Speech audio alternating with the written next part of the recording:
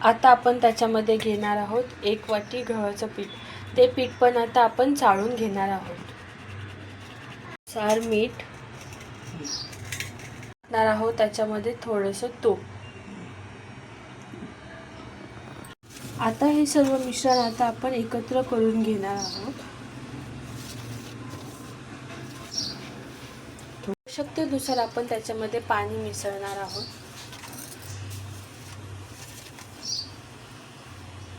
तर बघू शकता पुरणपोळीसाठी आपलं कणिक मळून झालेलं आहे. आता आपण टाकूया त्याच्यामध्ये तूप. चांगलं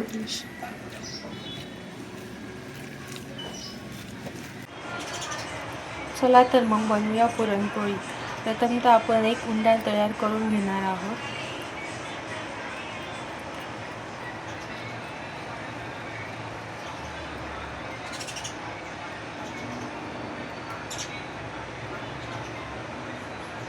आता आपण त्याच्यामध्ये पुरण भरणार आहोत.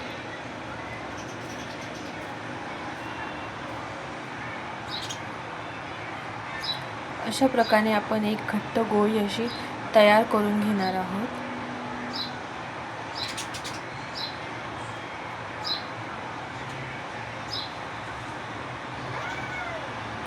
तर बघू शकता आपण एक उंडा तयार केलेला आहे. आता आपण पुरणपोळी बनवणार आहोत. तर अशा प्रकारे आपण पुरणपोळी लाटून घेणार आहोत. हलक्या हाताने आपण पुरणपोळी लाटून घ्यायची आहे.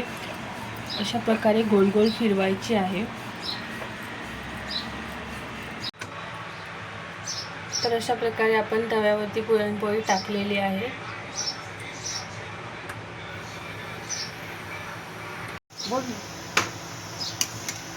आता आपण पोळीला तूप लावून घेणार आहोत.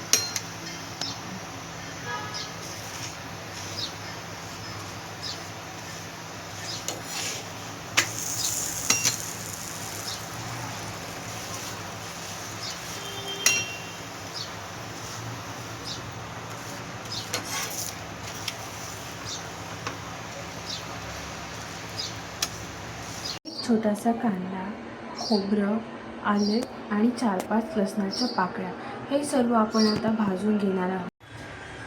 आता आपण खोबरं टाकणार आहोत प्रथमतः भाजण्यासाठी. मस्त मध्यम आचेवरती आपण हा आता खोबरं भाजून घेणार आहोत लाल होईपर्यंत.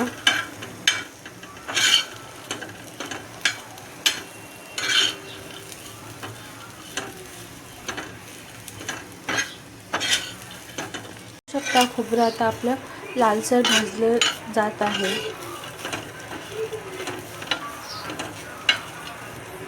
असं तेल टाकणार आहोत.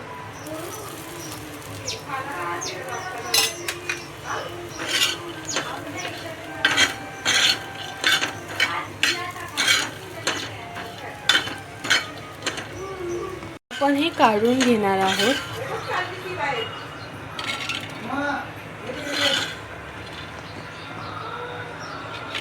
बारीक चिरलेला कांदा.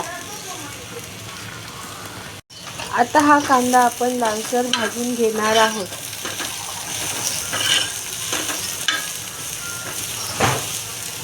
त्याच्यामध्ये 1 चमचा तेल टाकणार आहोत. हा कांदा काढून घेणार आहोत.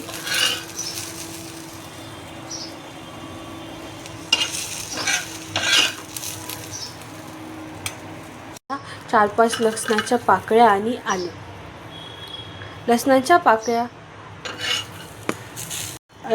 पाकळ्या हे सालीसकट टाकले तर आमटीला अजून टेस्ट येते.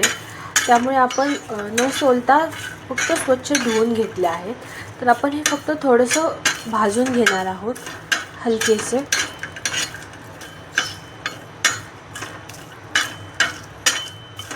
ते 10 मिनिटानंतर आपण हे एका भांड्यामध्ये काढून घेऊयात. आता हे मिश्रण आपण एका भांड्यामध्ये काढलेले आहे. ते थंड होईपर्यंत आता आपण वाट बघणार आहोत.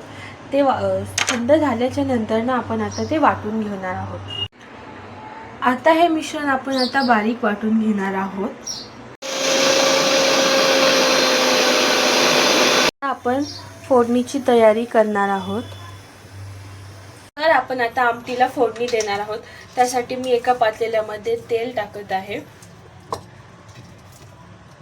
3 ते 4 चमचे आपण तेल टाकणार आहोत. तेल गरम झाल्याच्या नंतर आपण त्याच्यामध्ये टाकणार आहोत राई आणि जिरे. प्रथमतः आपण राई टाकणार आहोत. राई तडतडल्यानंतर आपण जिरे टाकणार आहोत. तर बघू शकता इथे तेल गरम झालेलं आहे. तर आता मी त्याच्यामध्ये राई टाकत आहे.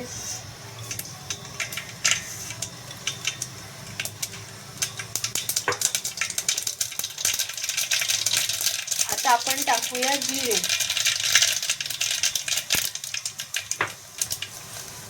राई जिरे तडतडल्यानंतर आता आपण टाकणार आहोत थोडासा कढीपत्ता. कढीपत्ता तेलामध्ये भाजल्यानंतर आता आपण टाकणार आहोत ठेचलेला लसूण.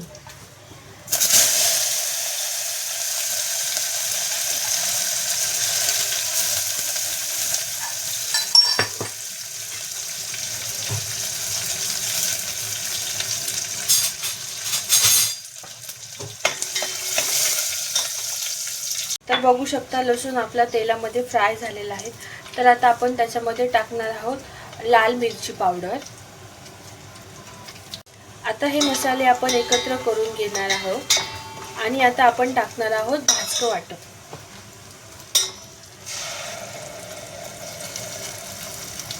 तर आता आपण ह्याच्यामध्ये कांदा लसूण खोबरे आणि आल्याचं वाटप टाकलेलं आहे. आता आपण हे सगळं मिश्रण एकत्र करून घेणार आहोत. आता आपण टाकूया थोडीशी हळद, थोडीशी हिंग. आता आपण ह्याच्यामध्ये टाकणार आहोत टोमॅटो.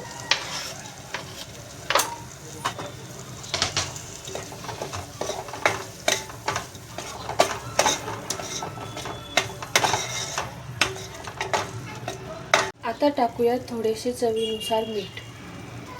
आणि आता आपण हे मिश्रण 5 ते 10 मिनिटे परतायला ठेवणार आहोत. आणि आता आपण त्याच्यामध्ये थोडंसं पाणी टाकणार आहोत. त्याच्यामध्ये आपण मसाला वाटलेला आहे ते भांडे धुवून घेऊन आपण त्याच्यामध्ये पाणी टाकणार आहोत. पुन्हा एकदा हे मिश्रण आपण एकत्र करून घेणार आहोत.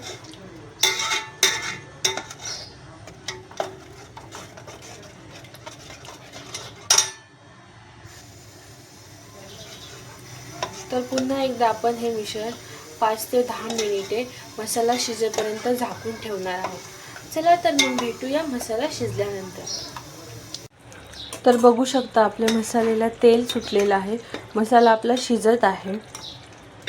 तर आपण अजून 5 ते 10 मिनिटे मसाला शिजवून घेणार आहोत. तर बघू शकता मसाला आपला चांगल्या प्रकारे शिजलेला आहे. तर आता आपण त्याच्यामध्ये टाकणार आहोत डाळीचे पाणी. तर आपण आता ह्याच्यामध्ये टाकणार आहोत डाळीचे पाणी.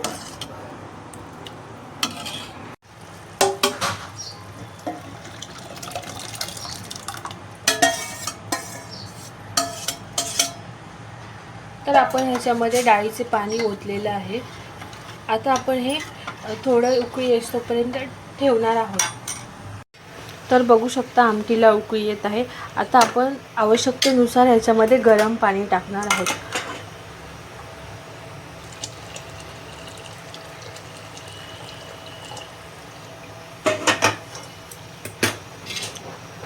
तर बघू शकता मी आता ह्याच्यामध्ये गरम पाणी टाकलेलं आहे.